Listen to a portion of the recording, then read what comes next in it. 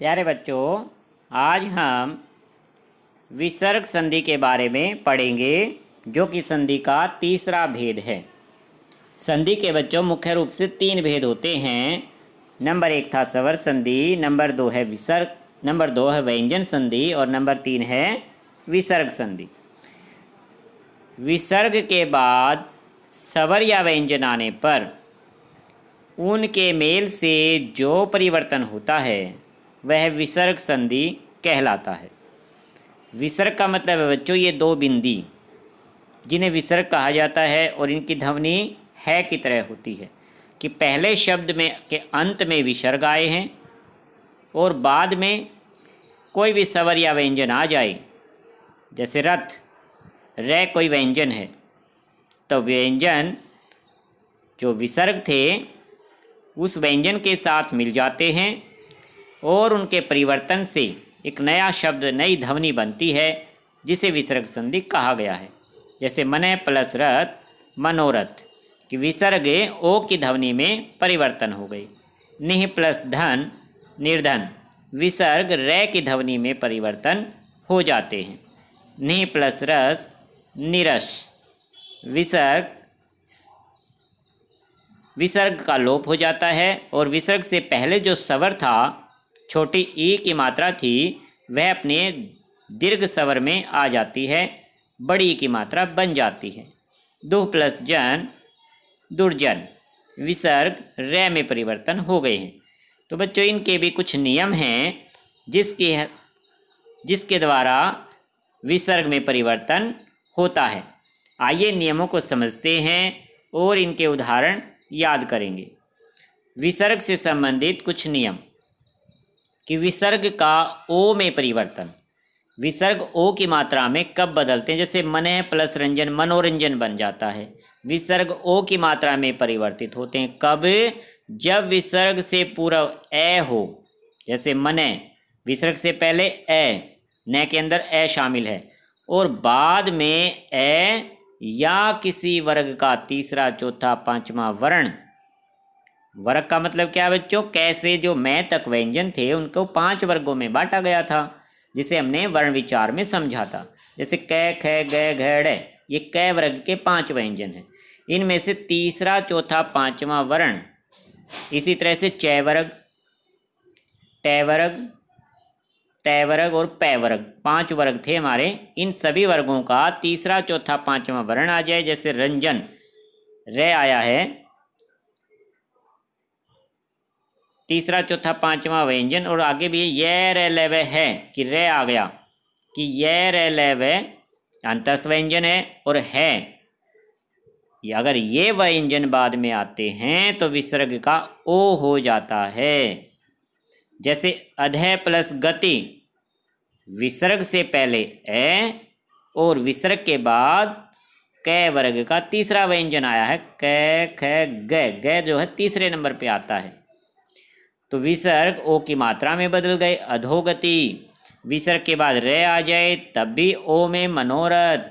विसर्ग के बाद बल, पै, फै, बै, पै वर्ग का तीसरा व्यंजन है बै, तपोबल विसर्ग से पहले ए, बाद में तीसरा, चौथा, पांचवा व्यंजन ये रेलेवे है, तब ओ में बदलेगा।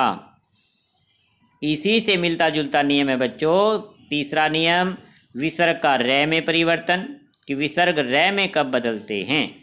विसर्ग से पूर्व ए आ से भिन्न स्वर, इसमें तो क्या था? विसर्ग से पूर्व ए, इसमें है विसर्ग से पूर्व ए आ से भिन्न स्वर, यानी ए आ को छोड़कर कोई भी स्वर। जैसे दुह प्लस लब, दुर्लभ बन गया। विसर्ग से पहले ऊ आया है, ए आ को छोड़कर कोई भी स्वर आ जाए बच्चों, और बाद में कोई स्वर हो या फिर वर्ग का तीसरा, चौथा, पांचवा वर्ण ये रे लेवे में से कोई वर्ण आए तो विसर्ग का रे हो जाता है। दोनों नियमों में थोड़ा सा अंतर है, कुछ समानता है, वो ध्यान में रखते हुए आपको याद रखना है कि विसर्ग ओ में कब परिवर्तित होते हैं और रे में कब परिवर्तन होगा। जब विसर्ग से पहले ए आ जाता है और बाद में वही तीसरा, चौथा, पांचवा वर्ण ये रे लेवे है तो ओ, और विसर्ग से पहले यदि ए आ से भिन्न स्वर, बाद में कोई स्वर या तीसरा चौथा पांचवा वर्ण य र ल व, तब रे बन जाएगा। जैसे दु प्लस लब दुर्लभ, विसर्ग से पहले उ और बाद में ल, अंतस्थ व्यंजन आ गया है दुर्लभ। जैसे दु प्लस बल, विसर्ग से पहले उ आ गया, यानी ए आ को छोड़कर कोई भी स्वर। जैसे निह प्लस धन, नी विसर्ग से पहले ई आ गया है, यानी ए आ को छोड़कर कोई भी स्वर आ जाए। और बाद में बल, बल का पहला अक्षर बै, पै फै बै, पै वर्ग का तीसरा व्यंजन है, यानी तीसरा चौथा व्यंजन, तीसरा चौथा और पांचवा इनमें से कोई व्यंजन आ जाए, तब रे बन गया दुर्बल। तो इस तरह से बच्चों रे परिवर्तन के नियम हैं, आपको इसके सभी उदाहरण याद करने हैं। दूसरा नियम श में परिवर्तन, कि विसर्ग का स में परिवर्तन कब होता है। विसर्ग के बाद च, छ या श, ये तीन वर्ण में से कोई आ जाए, च आ जाए, छ आ जाए विसर्ग के बाद, या फिर श आ जाए, तो विसर्ग श में परिवर्तित हो जाते हैं। देख सकते हैं दु प्लस चक्र दुष्चक्र, सभी में श में परिवर्तन हो गया है विसर्ग का। विसर्ग के बाद च, छ या स आए तो स में परिवर्तन। नियमों को 2-3 बार एक बार रिवाइज करोगे तो आपको समझ में आएंगे और उदाहरण भी याद करने में आसानी होगी।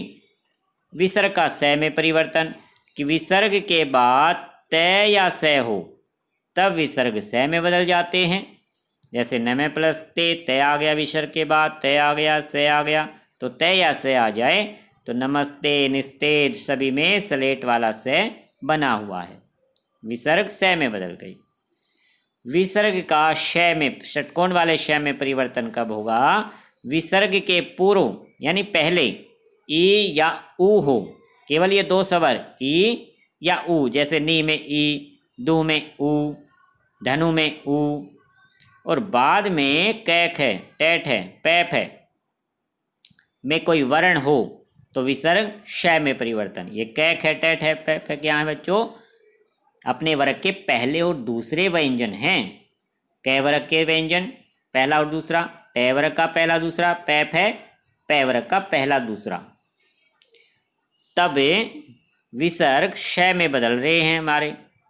निह प्लस फल निष्फल, विसर्ग से पहले ई या उ और बाद में पहला या दूसरा व्यंजन है, हर एक वर्ग का पहला या दूसरा व्यंजन आया है, तो विसर्ग स्लेट वाले षटकोण वाले आदेश में बदल जाते हैं। आगे बच्चों, जब यदि कै पै फै, कै पै और फै से पूर्व विसर्ग हो तो ज्यों के त्यों बने रहते हैं, यानी विसर्ग यूं के यूं रहेंगे, कोई परिवर्तन नहीं होता। कै पै फै से पूर्व विसर्ग यानी विसर्ग के बाद अगर ये आते हैं, जैसे अधय प्लस पतन, विसर्ग के बाद पै, विसर्ग के बाद पै, विसर्ग के बाद कै, विसर्ग के बाद पान यानी पै, तो इन्होंने ये नियम में उल्टा लिख दिया। ये क्या है कि विसर्ग के बाद अगर ये वर्ण आ जाएं तो विसर्ग ज्यों के त्यों रहेंगे। जैसे प्रातःकाल, विसर्ग एज इट इज है।